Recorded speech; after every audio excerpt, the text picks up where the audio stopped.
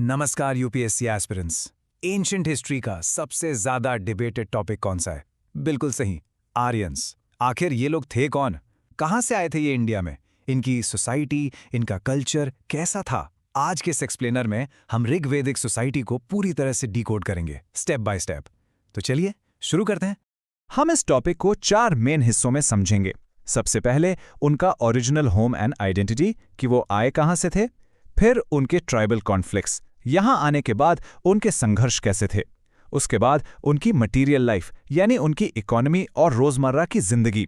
और आखिर में उनकी ट्राइबल पॉलिटी, उनका पॉलिटिकल सिस्टम काम कैसे करता था। ये स्ट्रक्चर आपके रिवीजन के लिए एकदम परफेक्ट रहेगा। तो आते हैं हमारे पहले सेक्शन पर, ओरिजिनल होम एंड आइडेंटिटी। सबसे पहले यही जानना जरूरी है कि इनकी शुरुआत आखिर हुई कहां से। ये सवाल ही पूरी आर्यन डिबेट का सेंटर है। यही वो सबसे बड़ा सवाल है जिस पर इतनी बहस होती है। आर्यंस आए कहां से थे? क्या वो हमेशा से इंडिया में थे या उनका कोई माइग्रेशन हुआ था? चलिए इसके पीछे के एविडेंस को देखते हैं। देखिए, सबसे पहला क्लू हमें मिलता है लैंग्वेज से।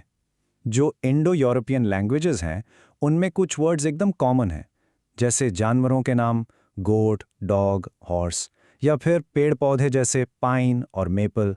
अब ये सारे प्लांट्स और एनिमल्स एक यूरेशियन होमलैंड की तरफ इशारा करते हैं, न कि इंडियन सबकॉन्टिनेंट की तरफ। और यही linguistic evidence Aryan migration theory का एक सबसे मजबूत पिलर माना जाता है। और अब देखिए दूसरा सबसे बड़ा सबूत, ऋग्वेदा और अवेस्ता के बीच का कनेक्शन। अवेस्ता, जो ईरान का सबसे पुराना रिलीजियस टेक्स्ट है, दोनों में देवताओं के नाम कॉमन हैं, सोशल क्लासेस के नाम भी काफी सिमिलर हैं। एग्जाम के लिए ये पॉइंट नोट कर लीजिए, ये कनेक्शन इस बात का पक्का सबूत है कि आर्यंस इंडिया में एंटर होने से पहले ईरान से होकर ही आए थे। तो उनकी जर्नी की टाइमलाइन कुछ ऐसी दिखती है।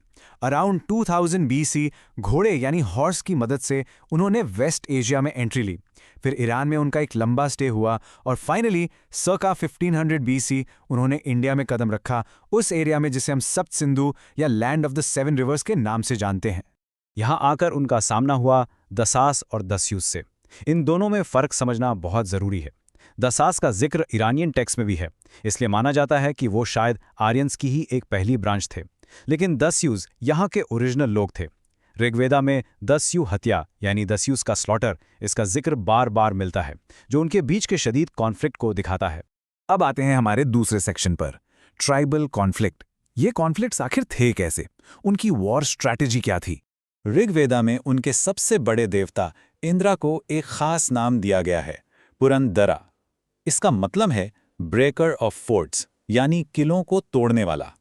ये नाम अपने आप में ही उनकी मिलिट्री स्ट्रैटेजी बता देता है कि वो यहाँ के फोर्टिफाइड सेटलमेंट्स को जीत रहे थे। तो उन्हें ये मिलिट्री एज कैसे मिला? 3 चीज़ों से। पहला, हॉर्स ड्रॉन चैरियट्स जो उन्हें स्पीड और मोबिलिटी देते थे। दूसरा, कोट्स ऑफ मेल जिसे वर्मन कहते थे, बेहतर प्रोटेक्शन के लिए। और तीसरा, उनके बेटर आर्म्स जैसे सॉकेटेड एक्सेस और ब्रॉन्ज स्वॉर्ड्स। इन्हीं सुपीरियर वेपन्स ने उन्हें जीत दिलाई।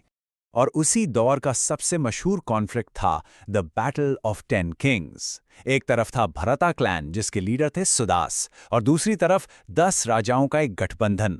ये बैटल परुष्णी रिवर यानी आज की रावी नदी के किनारे लड़ी गई। इसमें सुदास की जीत हुई और भरता क्लैन की सुप्रीमेसी एस्टैब्लिश हो गई। आगे चलकर यही भरताज और पुरुष मिलकर कुरु ट्राइब बनाएंगे। चलिए अब उनकी लड़ाई झगड़े से हटकर उनकी डेली लाइफ को देखते हैं। Section 3, material life. उनकी इकोनॉमी और लाइफस्टाइल कैसा था? उनकी इकोनॉमी का सबसे इंपॉर्टेंट पिलर था पशुपालन, और सबसे इंपॉर्टेंट पशु द काउ, गाय।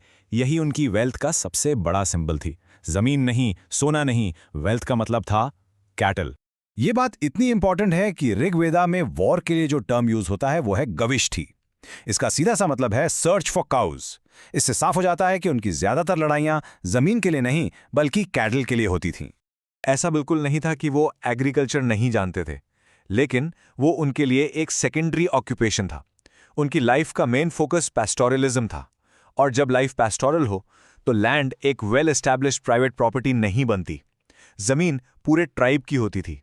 लेकिन सोसाइटी में सिर्फ वॉरियर्स और हर्डर्स नहीं थे, उनके पास स्किल्ड आर्टिजन्स भी थे। कारपेंटर्स रथ और हल बनाते थे, वीवर्स कपड़ा बुनते थे, और मेटल वर्कर्स आयस यानी कॉपर और ब्रॉन्ज के औजार बनाते थे। ये एक डेवलप हो रही कॉम्प्लेक्स सोसाइटी का क्लियर साइन है। अब आते हैं हमारे आखिरी और बहुत इंपॉर्टेंट सेक्शन पर। इनका पॉलिटिकल सिस्टम कैसा था? Section 4, tribal polity.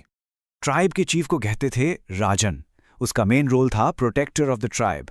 ये पोस्ट ज्यादातर हेरिडिटरी होती थी, लेकिन ध्यान रखिए उसकी पावर एब्सोल्यूट नहीं थी। उसे ट्राइबल असेंबलीज के कंट्रोल में रहकर ही काम करना पड़ता था। और ये हैं वो असेंबलीज जो राजन के पावर को कंट्रोल करती थी। सभा, जो बुजुर्गों या एल्डर्स की बॉडी थी। समिति, जो जनरल ट्राइबल असेंबली थी। और विधाता। एक बहुत इंपॉर्टेंट पॉइंट, शुरुआती ऋग्वेदिक पीरियड में सभा और विधाता में विमेन को भी अटेंड करने का पूरा राइट था। ये टेबल प्रीलिम्स के लिए एक्सट्रीमली इंपॉर्टेंट है। राजन अकेले काम नहीं करता था, उसकी हेल्प के लिए कुछ की ऑफिशियल्स थे। सबसे इंपॉर्टेंट था पुरोहिता यानी चीफ प्रीस्ट, फिर सेनानी, आर्मी का लीडर, व्रजापति जो पास्चर लैंड्स को मैनेज करता था, और ग्रामानी जो किसी विलेज या फाइटिंग यूनिट का हेड होता था। 2 चीजें एकदम क्लियर होनी चाहिए। पहला, उनके पास कोई रेगुलर टैक्स सिस्टम नहीं था। लोग अपनी मर्जी से ऑफरिंग देते थे, जिसे बाली कहते थे।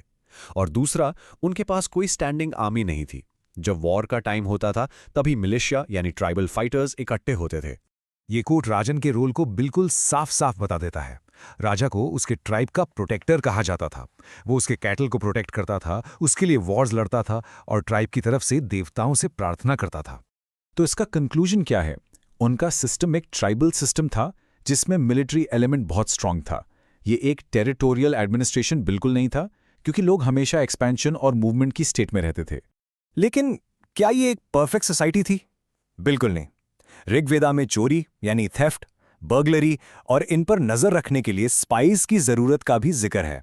ये हमें याद दिलाता है कि हम एक रियल कॉम्प्लेक्स सोसाइटी की बात कर रहे हैं, किसी फैंटेसी की नहीं। इस पॉइंट पर जरूर सोचिए और सोर्सेस को हमेशा क्रिटिकली एनालाइज कीजिए।